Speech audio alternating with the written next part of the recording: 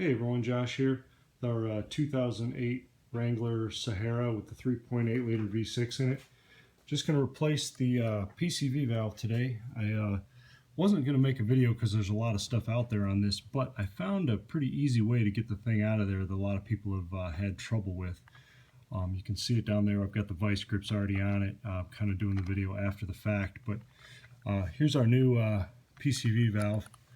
There's our part number. This was from Advanced Auto Parts near us for about 10 bucks. Okay, first thing I did after buying the new one was to take out these two bolts. They're just on the ignition module here. 10mm socket, easy, pops right out. I put a couple of red rags down there because my exhaust manifold was still a little bit warm from driving. Then I took the channel locks and undid the hose. It's weird because this hose here goes on top of the PCV and slides all the way down over it and then clamps on with this clamp. So a big pair of channel locks, I was just able to squeeze that clamp, pop that right off almost like it's a radiator hose or something. I found some tips online that talked about putting a zip tie around this end. This is what the end looks like sticking up out of there. And this whole piece slides down inside of this sort of plastic piece here. So this needs to pop up and out of there. People talked about putting a zip tie on there and prying it up with that. I didn't have any luck with that. The zip ties were just popping off. But I figured I'm going to replace it anyways. So I squished that down real tight with my relatively large pair of vice grips there. And then I was able to take a decent sized screwdriver. I just used a flathead. And I inserted it right, sorry, I had the camera off earlier, inserted it right into the vice grips there and got the edge up on the top of the intake manifold there and just pried up like so, and the valve just popped right up out of there. It was super easy. Here you can see the difference between the new one and the old one. They look basically exactly the same, except I crushed the heck out of the end of this one, so it'll be going in the garbage. But this is a normal maintenance item anyways. This one may still be good, but for 10 bucks, and it's suggested in the maintenance schedule, so we're replacing it here. The new one should just set right in there and push right down in. Looks like I'm going to have to use the socket trick that they talk about online to get it to seat, because it's got to pop down in there.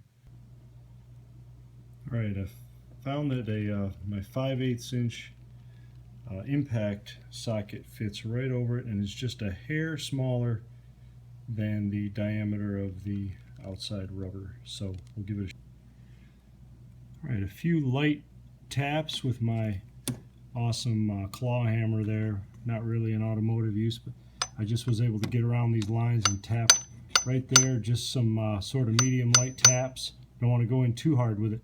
And it popped right down in there. And you want to just get it so that it sits. You can see that the valve, the top of the valve down in there is just about 1/8 of an inch below the lip of this this plastic piece here.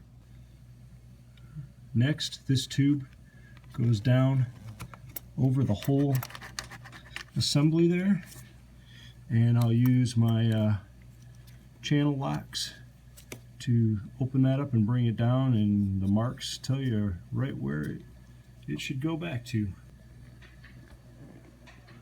There you can just see the channel locks I used and how they squeeze those little tabs and pop that right down on there. Okay, just those two bolts, the 10mm heads on them, go in, and those positions there on the to hold the ignition coil back on, I just have to tighten those up here. And I did not have to remove the spark plug wires from the coils as suggested on one of the Jeep forums. So I don't know if there are certain models that have something in the way, but our 2008 here I did not have to remove those. It just dropped right down. I set it right on the exhaust manifold, just made sure, you know, the manifold wasn't too hot, and I put those couple of red rags down there to protect it. So I'll tighten those up and the job will be complete. Oh, by the way, the easiest way to reach in here with these hoses to your 10mm bolts for the coil there is just with about a 6-inch extension on your 10mm socket. That worked great for me, got me right into an easy place to just get right on those 2 bolts. So those are tightened up now. Just got to remove our rags and check and make sure there's no tools anywhere, and close up the hood, start it up, and that's all she wrote.